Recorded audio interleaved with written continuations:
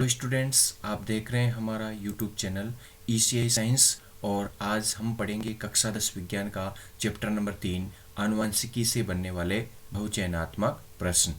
सबसे पहले है जीव विज्ञान की वह शाखा जिसमें लक्षणों की वंशागति तथा विभिन्नताओं का अध्ययन किया जाता है कहलाती है। तो सही आंसर है आनुवंशिकी। जेनेटिक शब्द का प्रयोग सर्वप्रथम किसने किया? तो जेनेटिक शब्द दिया था बैटसन ने।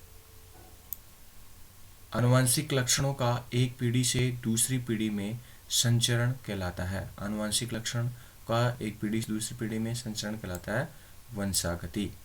हेरिडिटी शब्द का प्रतिपादन सर्वप्रथम किया था। तो हेरिडिटी शब्द सबसे पहले दिया था स्पेंसर ने 1863 में। सजीवों के मध्य परस्पर विभिन्नताएं उत्पन्न होने का कारण है। तो विभिन्नताएं उत्पन्न होने का कारण होता है जीन विनिमय अर्धसूत्री विभाजन के दौरान गुणसूत्रों के खंडों का आपस में एक दूसरे से एक्सचेंज हो जाना है। निम्न में से कौन आनुवंशिकी का जनक है? तो सही आंसर है मेंडल। मेंडल को आनुवंशिकी का जनक भी कहते हैं। मेंडल ने अपने प्रयोगों के निष्कर्षों को किसके समक्ष शोध पत्र के रूप में प्रस्तुत किया? तो इन्होंने 1865 में बुरुन सोसाइटी ऑफ नेचुरल हिस्ट्री के समक्ष शोध पत्र के रूप में प्रस्तुत किया था। मेंडल की सफलता का कारण है एक समय में एक ही लक्षण की वंशागति का अध्ययन करना। सही है प्रयोगों से प्राप्त आंकड़ों का सावधानी पूर्वक विश्लेषण करना। मेंडल द्वारा मटर के पादप का चुनाव करना। तो उपरोक्त सभी सही है। निम्न में से कौन सा मेंडल द्वारा मटर के पादप का चयन किए जाने का कारण नहीं है? मटर के पौधे का एक वर्षीय होना सही है। मटर के पुष्प का द्विलिंगी होना सही है। मटर के पुष्प का एकलिंगी होना नहीं। मटर में विपर्यासी लक्षणों के कई जोड़ों का पाया जाना। तो सही आंसर है मटर के पुष्प का एकलिंगी होना, क्योंकि यह लक्षण जो है ये कारण मेंडल के द्वारा मटर के पादप के चयन किए जाने का नहीं था। निम्न में से कौन सा एक प्रभावी लक्षण है? बीजों की गोलाकार आकृति ये है। पुष्प का सफेद रंग अप्रभावी है। अपरिपक्व फली की संकीर्णित आकृति अप्रभावी है। पुष्प की अग्रस्थ स्थिति भी अप्रभावी। तो सही आंसर है बीजों की गोलाकार आकृति। निम्न में से किसने मेंडलवाद की पुनः खोज की? तो मेंडलवाद की पुनः खोज जर्मनी के कार्ल कोरेंस और हॉलैंड के हुगो डेब्रिज और ऑस्ट्रिया के एरिक वॉन शेरमैक ने अलग अलग कार्य करते हुए 1900 के अंदर की थी। तो सही आंसर है उपरोक्त सभी। किसी एक लक्षण को नियंत्रित करने वाला कारक कहलाता है। तो उसे कहते हैं जीन। किसी जीन के दो विपर्यासी स्वरूप क्या कहलाते हैं? किसी भी जीन के दो विपर्यासी स्वरूपों को कहते हैं युग्म विकल्पी। विपर्यासी मतलब एक दूसरे के विपरीत।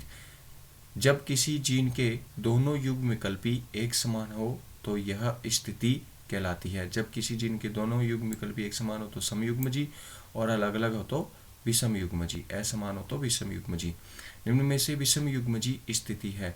तो इसमें दोनों युग्म विकल्पी समान है इसलिए समयुग्मजी है। इसमें दोनों युग्म विकल्पी समान है इसलिए समयुग्मजी है। और ये स्थिति जो है वो विषम युग्मजी है। किसी सजीव के बाह्य प्रतीति को कहते हैं, यानी बाहर से सजीव कैसा दिखाई देता है, या कहते हैं एक्सटर्नल अपीयरेंस को क्या कहते हैं? तो एक्सटर्नल अपीयरेंस या बाह्य प्रतीति कहलाती है लक्षण प्ररूप। वह लक्षण जो F1 पीढ़ी में अपने आप को अभिव्यक्त करता है। F1 पीढ़ी के अंदर प्रभावी लक्षण ही अपने आप को अभिव्यक्त करेगा। वह लक्षण जो F1 में अपने आप को अभिव्यक्त नहीं करता है कहलाता है। तो अप्रभावी लक्षण F1 पीढ़ी में अपने आप को अभिव्यक्त नहीं करता है। किसी सजीव की आनुवंशिकीय रचना कहलाती है। किसी सजीव की आनुवंशिकीय रचना को जीन प्रारूप कहते हैं। ऐसा संकरण जिसमें दो लक्षणों की वंशागति का एक साथ अध्ययन किया जाता है तो वो क्या कहलाता है? द्विसंकर संकरण। जब F1 पीढ़ी का संकरण अप्रभावी जनक के साथ कराया जाता है तो कहलाता है। F1 का अप्रभावी से करें तो कहलाता है परीक्षण संकरण। जब F1 पीढ़ी का संकरण प्रभावी जनक के साथ कराया जाता है तो कहलाता है, तो इसको कहते हैं बाह्य संकरण। अगर अप्रभावी से करें तो परीक्षण संकरण, और प्रभावी जनक के साथ F1 पीढ़ी का संकरण कराया जाए तो बाह्य संकरण। निम्न में से कौन सा एक बाह्य संकरण है? तो इसमें से बाह्य संकरण है द। सही आंसर है द। इसमें F1 पीढ़ी कैपिटल टी स्मॉल टी का संकरण हम करा रहे हैं प्रभावी जनक कैपिटल टी से, तो ये एक बाह्य संकरण है। इनमें से कौन सा एक परीक्षण संकरण है? परीक्षण संकरण में कराते हैं हम F1PD का संकरण अप्रभावी जनक से।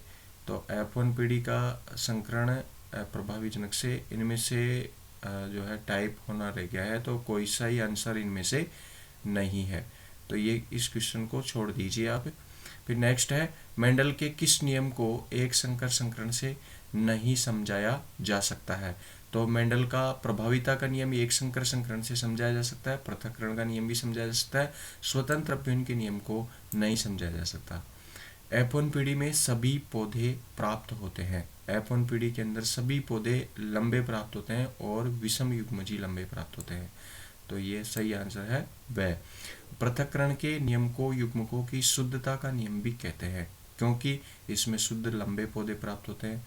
इस दोनों युग्म विकल्पी एक दूसरे से संदूषित हो जाते हैं। प्रत्येक युग्मक में एक लक्षण के लिए एक ही युग्म विकल्पी पाया जाता है। सही आंसर है, प्रत्येक युग्मक में एक लक्षण के लिए एक ही युग्म विकल्पी होता है, तो वो युग्मक उस लक्षण के लिए हमेशा क्या होता है? शुद्ध। एक संकर संकरण की F2PD का जीन प्ररूप अनुपात है। तो F2PD का पृथक्करण के नियम के अंदर F2PD का जीन प्ररूप हमें मिलता है 1:2:1, तो वह एक संकर संकरण पर ही आधारित है। एक संकर संकरण की F2PD का लक्षण प्ररूप अनुपात है, तो एक संकर संकरण की लक्षण प्ररूप अनुपात है 3:1। फिर एक संकर संकरण की F2PD में कितने प्रकार के जीन प्ररूप यानी जीनोटाइप प्राप्त होते हैं? तो अपने को एक संकर संकरण की F2PD में 1:2:1 यानी 3 प्रकार के जीनोटाइप प्राप्त हुए। कैपिटल टी स्मॉल टी 2 है, और जो स्मॉल टी तो 3 प्रकार के जीनोटाइप अपने को प्राप्त हो रहे हैं, तो सही आंसर है 3। एक संकर संकरण की F2PD में कितने प्रकार के लक्षण प्ररूप यानी फिनोटाइप प्राप्त होते हैं? तो लक्षण प्ररूप अपने को प्राप्त हो रहे हैं 2 प्रकार के, लंबे और बौने, तो सही आंसर है 2। बाह्य संकरण का जीन प्ररूप अनुपात है, तो बाह्य संकरण में जीन प्ररूप अनुपात प्राप्त होता है 1:1। निम्न में से किस संकरण में जीन प्ररूप अनुपात तथा लक्षण प्ररूप अनुपात समान प्राप्त होता है? तो सही आंसर है परीक्षण संकरण। इसके अंदर जीन प्ररूप अनुपात भी 1:1 प्राप्त होता है और लक्षण प्ररूप अनुपात भी 1:1 ही प्राप्त होता है। परीक्षण संकरण का जीन प्ररूप अनुपात है तो 1:1। परीक्षण संकरण का लक्षण प्ररूप अनुपात है, तो सही आंसर है परीक्षण संकरण का लक्षण प्ररूप अनुपात है 1:1। सही आंसर है द। कितने युग्म विकल्पी होते हैं? सामान्यतः किसी भी जीन के 2 युग्म विकल्पी होते हैं। मेंडल ने कितने विपर्यासी लक्षणों के युग्म को अपने प्रयोगों के लिए चुना? तो 7 विपर्यासी लक्षणों के युग्म को चुना। जब F1PD का संकरण किसी भी एक जनक के साथ में करवाया जाता है तो उसे कहते हैं, तो ये कहलाता है संकर पूर्वज संकरण, चाहे प्रभावी के साथ कराएं या अप्रभावी के साथ। अगर प्रभावी के साथ कराएंगे तो कहलाएगा बाह्य संकरण और अप्रभावी से कराएंगे तो परीक्षण संकरण। संकरण capital T small T into small T से प्राप्त संतति का अनुपात होगा, तो ये क्या है? परीक्षण संकरण, और परीक्षण संकरण से प्राप्त संतति का अनुपात होता है 1:1। मेंडल ने अपने प्रयोग के लिए किस विपर्यासी लक्षण को नहीं चुना? तो मेंडल ने पुष्प के रंग को चुना है, बीज के रंग को चुना है, फली का रंग भी चुना है, जड़ का रंग नहीं चुना है। किसने जीन शब्द दिया? जीन शब्द दिया था जॉनसन ने। मेंडल का जो कारक शब्द है उसको जॉनसन ने जीन नाम दिया। तो ये थे बहुचयनात्मक प्रश्न जो चैप्टर नंबर 3 से बनते हैं। Thank you.